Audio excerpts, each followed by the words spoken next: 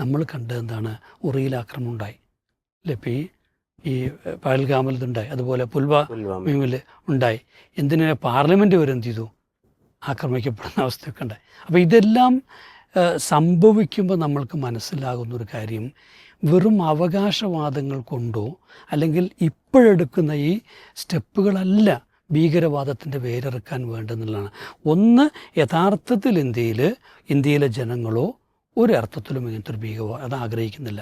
പിന്നെ പാകിസ്ഥാനിൽ നിന്നാണ് ഒരു വരുന്നതെങ്കിൽ, അല്ലെങ്കിൽ പാകിസ്ഥാൻ്റെ താല്പര്യമാണെങ്കിൽ അവർക്ക് താല്പര്യം ഉണ്ടാകും. കാരണം ഒരു ഇന്ത്യ അസ്ഥിരമാകണമെന്ന് ആഗ്രഹിക്കുന്ന ഒരു ശക്തിയാണെങ്കിൽ അത് നമ്മൾ തടയേണ്ടത് കണിശമായിട്ടുള്ള തയ്യാറെടുപ്പുകളിലൂടെയാണ്. അപ്പോൾ ഇവിടെ ഇൻ്റലിജൻസ് വീഴ്ച സംഭവിച്ചു എന്ന് വെച്ചാൽ ചന്ദ്രശേഖരൻ വരെ എന്ത് ചെയ്തു? നമ്മുടെ BJPയുടെ സംസ്ഥാന പ്രസിഡന്റ് വരെ അറിഞ്ഞോ അറിയാതെയോ നമ്മൾ കണ്ടല്ലോ എന്നാണ് പറയുന്നത്.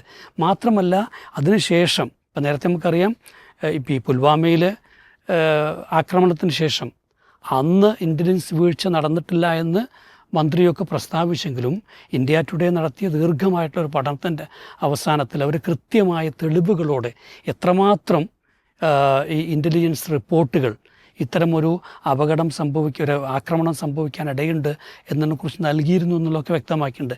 ഇവിടെയും ഇപ്പോൾ നമുക്കറിയാം ധാരാളം റിപ്പോർട്ടുകൾ അത്തരത്തിൽ വന്നുകൊണ്ടിരിക്കുന്നുണ്ട്. അപ്പം നമുക്കെന്ന് വെച്ചാൽ ഇതിൽ വേദനയുണ്ട് തീർച്ചയായിട്ടും. എന്ന് വെച്ചാൽ ഇതൊരിക്കലും ആവർത്തിക്കപ്പെടാൻ പാടില്ലാത്തൊരു കാര്യമാണ്, യാതൊരു സംശയവുമില്ല.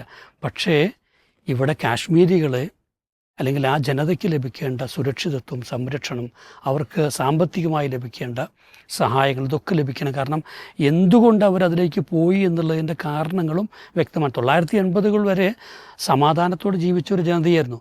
പിന്നീട് അവരെ ഭീകരതയിലേക്ക് തള്ളിയിട്ടത് സാഹചര്യങ്ങളാണ്.